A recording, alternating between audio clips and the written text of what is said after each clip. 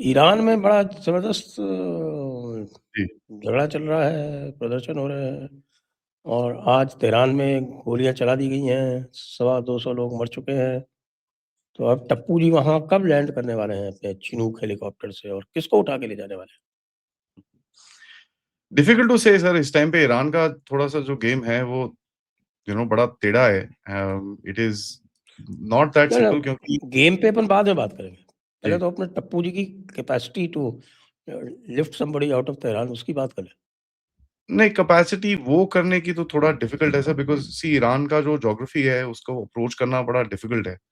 Tehran sits in the north, उसके और आस-पास अगर टप्पू आप कहता है कि मैं जो चाहूँ वो कर सकता हूँ, आई हाँ, एम इस गॉड। तरह का आई मीन करने को तो कर सकते हैं, ठीक है। I mean if he comes out of Afghanistan की या फिर वो अज़रबैजान में से कहीं से बाहर निकलता है, ऐसे कुछ होता है। So that's a different story all together. But इस टाइम पे जो हम चीज़ें देख रहे हैं, it is lot of people इसको बोल रहे हैं कि ये पूरी तरह से एंटी रेजिम प्रोटेस्ट है। वेल, पूरी तरह से नहीं है सर।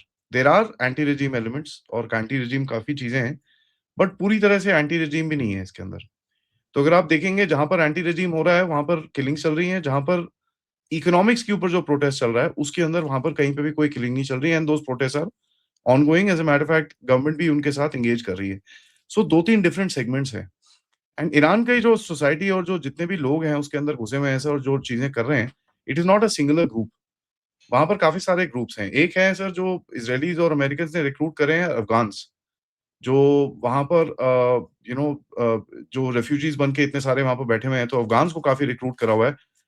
उसके बाद दूसरे रिक्रूट करे हुए हैं ईरानियन जूस, जो फ़ारसी बोलते हैं और जो बाहर रहते हैं, जिनकी फैमिलीज़ बाहर रहती हैं, उनके थ्रू इनको इनकी रिक्रूटमेंट करी गई है। तीसरा ग्रुप है एक मुजाहिदीन अल खल्क करके, जिसकी एक लीडर है मरियम रजावी करके, जो हिलरी क्लिंटन की बड़ी क्लोज़ है। As a matter of fact पिछले कुछ समय से हिलरी क्लिंटन के साथ वो न्यूयॉर्क में, वॉशिंगटन में पार्टी-शार्टीज़ में भी देखी गई है। अ, तो ये आपको दिखता है। उसके बाद एक जो फोर्स्ड एक बंदा है जो शाह रज़ा पहलवी का जो बेटा है, यू नो रज़ा पहलवी का जो बेटा है वो काफ़ी बातें इस टाइम पे कर रहा है। So it's not a very singular thing. और एक चीज़ हमको दिखती है सर, ये वेनेज़ुएला के इश्यू के बाद, कि कहीं न कहीं अमेरिका की तरफ से जो गेम करा जाएगा is not a fully regime change.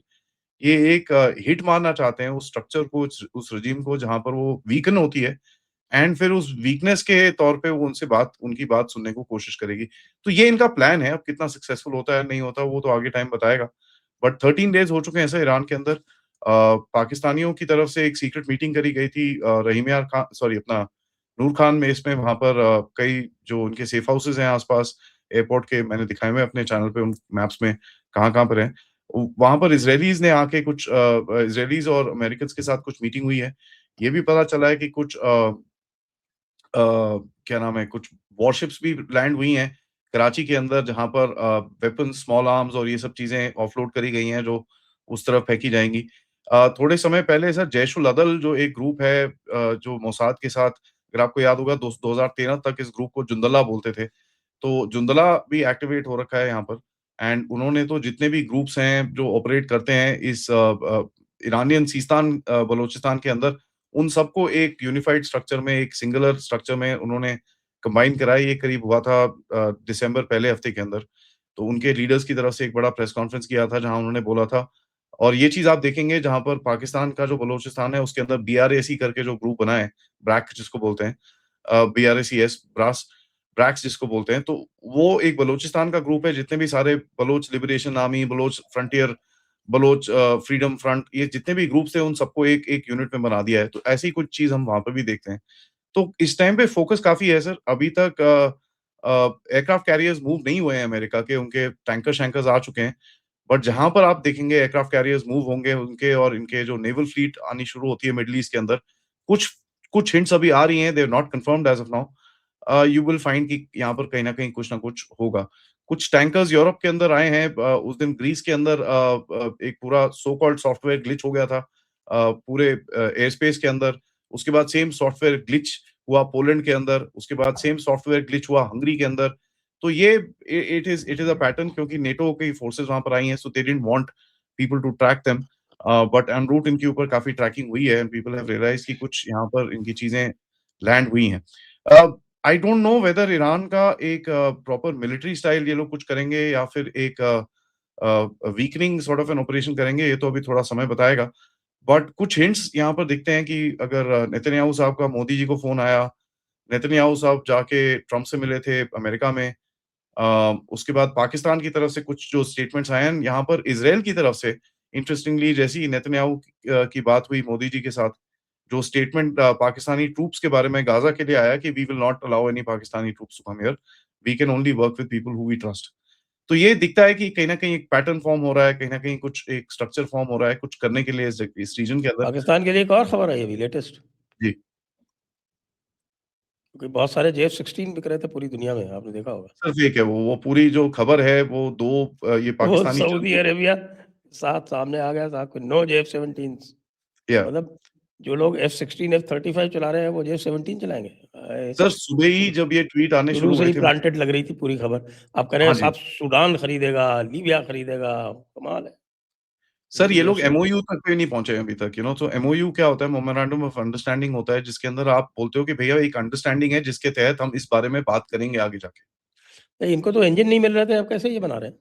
ये WS-11 इंजन लेंगे सर चाइना से, जो व्हिच इज़ द आरडी 93 का जो कॉपी है, रशियन से तो इनको मिलता नहीं है वो। And so basically sir screwdriver गिरी है तो अब वो है। बट देखिए दिस इज़ बेसिकली एक एक एक तरीका है यहाँ पर थोड़ा-सा पब्लिक कॉन्फिडेंस लाने के लिए पाकिस्तान के अंदर। I mean to tell you the truth, मैंने टीटीपी के पास एक एयरफोर्स बन चुकी है सर। टीटीपी के रियली जो स्ट्रक्चर है उसके अंदर उन्होंने एयरफोर्स डाली है। तो ये इंटरनल इश्यूज़ और जितने भी इनके ऊपर अटैक्स हो रहे हैं, टीटीपी ने क्लेम करा है कि पिछले साल के अंदर इन्होंने 500 ड्रोन अटैक्स करे हैं पाकिस्तानियों के ऊपर। एंड यही पैटर्न आपको अमेरिका में भी दिखता है, वेयर आप देखेंगे वेनेजुएला के ऑपरेशन के बाद एक बारी भी एप्स्टीन फाइल्स का कहीं पे भी कोई मेंशन नहीं है। किसी भी न्यूज़पेपर में मेंशन नहीं है, किसी भी मीडिया आउटलेट में मेंशन नहीं है। एंड दोनों साइड्स के लिए ये काफ़ी बेनिफिशियल है। तो आप देखते हैं पूरी तरह से ये शांति हो गया है। कि साहब वो एप्स्टीन तो मतलब था ही नहीं, कुछ भी नहीं था, वो हो गया। ना डेमोक्रेट्स बोलते हैं, ना रिपब्लिकन्स बोलते हैं। So they have changed the news cycle. Pakistan ने भी कुछ ऐसे करने की कोशिश करी है, जहाँ पर उन्होंने न्यूज़ साइकिल चेंज करने की कोशिश करी है। 2 जर्नलिस्ट हैं, अब्बास करके एक और है और दो दूसरे हैं। ये दोनों ने पहले भी रॉयटर्स के अंदर काफ़ी आर्टिकल्स लिखे हुए हैं एंड ये पाकिस्तानी ओरिजिन के हैं। These are all paid articles जो आई मीन ऑनेस्टली ये लोग काफ़ी पैसे देते हैं, उनको hundreds and thousands of dollars इनको देते हैं टू ये आर्टिकल्स प्रिंट करने के लिए, ताकि अपना एक अंदर का नैरेटिव थोड़ा-सा सेट करें। बिकॉज़ एक डूम का फीलिंग तो अंदर ऑब्वियसली आ ही रहा है।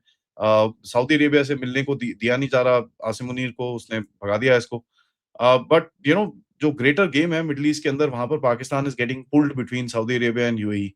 वो दोनों खींच रहे हैं इसको, बिकॉज़ दोनों ने काफ़ी इन्वेस्टमेंट्स करी हुई हैं इसके अंदर। सो एक वो इमेज भी दिखाने की है कि भैया नहीं, दोनों के साथ हमारी बड़ी अच्छी चीज़ है। देखो हम यूएई के साथ हमने फौजी फाउंडेशन दिया है उनको, सऊदी को हम JF-17 दे रहे हैं, एकदम एवरीथिंग इज़ बल्ले-बल्ले। बट द रियलिटी इज़ कि जो ग्रुप्स फॉर्म हो रहे हैं मिडल ईस्ट के अंदर, अगर आप देखेंगे, there is a Turkey, Pakistan, Saudi, Qatar sort of a structure coming up. Iran in and out उसके अंदर रहता है। दूसरा स्ट्रक्चर जो है Israel, Kuwait, you know you got Yemen, uh, उसके बाद सूडान, इजिप्ट, एरिट्रिया, सोमालीलैंड, ये पूरा जो एक रेड सी का एरिया बन रहा है एंड बाहर से quite support from India for जो इज़राइल और यूएई के बीच में जो अलायंस बन रहा है, which is a anti Turkish, anti so called axis alliance which is coming up. तो बीच में ये भी चक्कर चल रहा है काफ़ी, जहाँ पाकिस्तान खींच रहा है दोनों तरफ से। सो दिस इज़ बेसिकली एक एक एक इमेज देने के लिए कि यार नहीं, सब बढ़िया है, सब भले-भले, जब चंगा, नो टेंशन। तो भैया कुछ ऐसे मत बोलो कि कहीं न कहीं हमारा पूरा गेम पलट जाए। यहाँ तक कि इन लोगों ने इतने बड़े-बड़े डायलॉग मार दिए कि हम तो यू नो आईएमएफ छोड़ देंगे इसके बाद एंड दिस एंड दैट। अगर इनकी टोटल सेल देखें इसकी, इट इज़ $12.5 बिलियन का टोटल वैल्यू है। उसके अंदर अगर अगर ये बेचते भी हैं, तो उसके अंदर इनपुट भी तो होगा सर, कम से कम 50-60% कॉस्ट होगा। तो आईएमएफ कहाँ से बंद करेंगे, ये मुझे समझ में नहीं आ रहा। एंड टोटल मैन्युफैक्चरिंग कैपेसिटी अगर पाकिस्तान की, मैन्युफैक्चरिंग नहीं, स्क्रू ड्राइवर गियरी कैपेसिटी जो है पाकिस्तान की for the JF-17 is just about 22 aircraft in a year sir. Kamra में इनके बनते हैं। हुँ, मैंने वहाँ पर दिखाया हुआ है, पीएफ कामरा में इनका काफ़ी बड़े वहाँ पर असेंबली प्लांट है, जहाँ पर ये चीज़ें करते हैं। बट दैट आल्सो डिपेंड्स, क्या चाइना इस चीज़ को एग्री करेगा, बिकॉज़ सऊदी अरेबिया एक अमेरिकन पार्टनर है। यूएई के साथ भी बोल रहे हैं हम करेंगे, बांग्लादेश को भी दे रहे हैं, सूडान को भी दे रहे हैं। लीबिया को भी दे रहे हैं, सबको दे रहे हैं, so this is just horse shit, if I may. Who are they trying to impress?